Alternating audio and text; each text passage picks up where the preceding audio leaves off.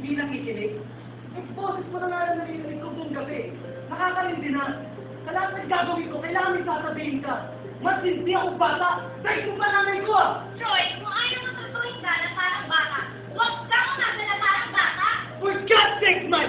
I have 2 fears! Count them, 2! Di naman ako lasing eh! Hindi nga ako sinamahan eh! Ikaw na ang inaalala ko. Alam ko nilaman kapag yasin ka. The point is, I know what I'm getting myself into. The point is we've agreed na hindi kayo inom. The point is, I had enough of this relationship! Anong sinabi mo? I really want out of this. 3 years?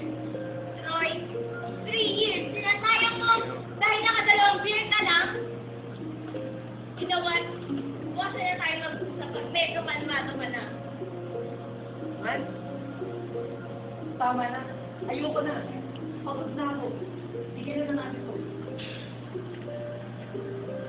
Bukas tayo mag-usap. Alcohol lang yan kaya mo nasasabi. Pwede ba, man? Makinig ka sa akin. For once, makinig ka. I had to be the dragging incessant argument.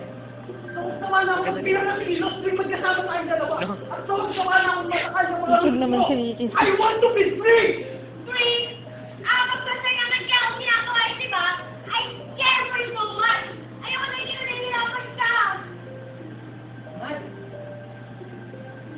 nahihirapan na ako.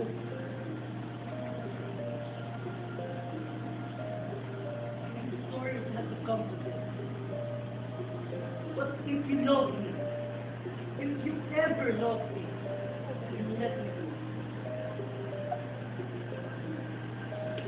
If you love me, if you ever love me,